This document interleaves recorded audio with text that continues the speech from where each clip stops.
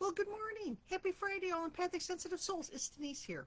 How was everybody's week so far? I know we have Friday left. The moon. Oh my gosh. The Dragon's Lair card. Where did moon come from? Must be something going on with the moon that we need to be aware of. You are always protected and divinely directed.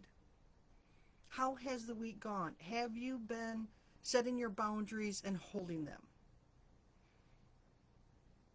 Have you been facing any challenges?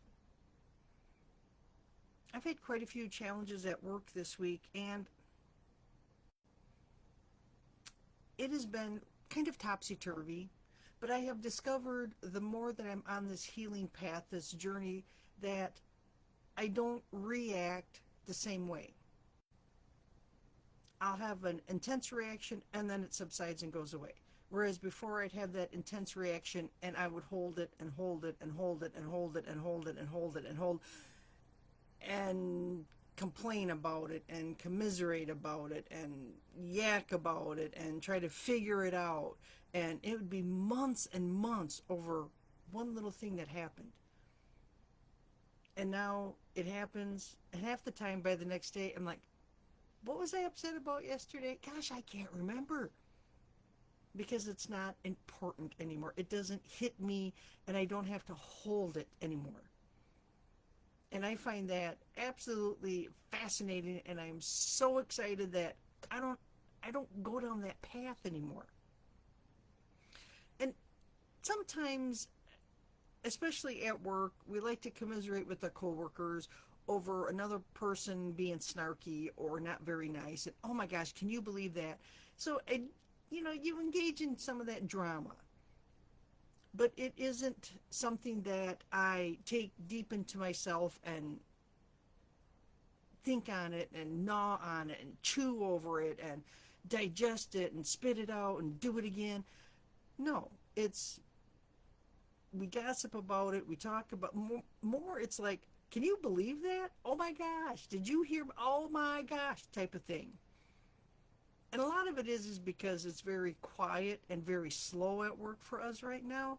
So it is kind of a excitement, something to do that creates a little excitement in the office. Because otherwise, my gosh, if it keeps up this way, I'm going to end up falling asleep at work. So, sometimes we like to find that and it is a challenge, but it can be exhilarating and exciting. And then, of course, you can't stay safe, and you need to take risks. But I like to take calculated risks because a risk for me is still a huge risk. And my nervous system is acclimating to taking such risks. I'm not the kind of person that just goes running down the beach and jumps into the water regardless. I have to go down, test the water out, stick a toe in, stick a foot in, stick in all the way up to my knee, right? I test it out to see if I like it, to see if the water feels gross, to see if there's seaweed under the water. I'm rather more cautious than just running and jumping.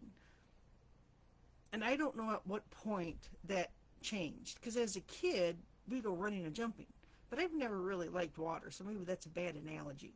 But that's okay. A life lived fully isn't only in safety. New experiences are calling to you to test your courage. The choice is yours. There is a greater value in risk taking than remaining unchallenged. New territories are waiting to be discovered. Now, that doesn't mean that you cannot feel safe, because we feel safe within ourselves. And if you are gun shy like I am and you don't want to take risks, I take small ones. And that's okay because it acclimates my nervous system to taking a greater and greater and greater risk. And sometimes I just rip the band-aid off and just go for it. Now I'm taking a huge risk. I am flying by myself. I'm going on vacation. So I will not be here all week next week. I should be back the following Monday, I think it's the 11th. So you have a full week of relaxing without me and listening to me banter on. But for me, it's a huge risk because one, I don't like to travel. Two, I don't like to leave my comfort zone. Three, airports scare the bejesus out. I'm fine in the plane. The planes don't bother me. It's the being in the airport part that bothers me. I know, it's strange. So I'm going to have a friend drop me off at the airport, and I'm going to navigate it all the way to the other end. And then I'm having another friend meet me at the other end of the airport. So it's not like a huge, like, oh my gosh, I'm doing this all by myself and I don't know a single soul. At least I have groups of people that are going to catch me when I get off the plane and I'm frantic because I'm having a panic attack. So I'm acclimating my nervous system.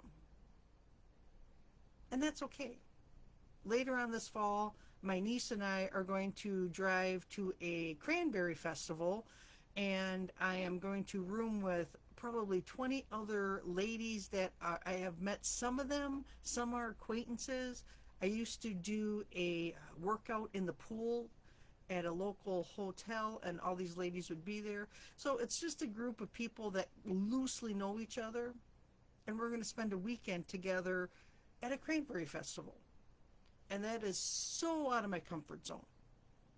I'm going to drive there, which is probably a 3-hour drive or so, but at least I have my niece with me, so I'm not alone. Now, if I was doing it alone, oh, that would be a big shift. That would be a huge change.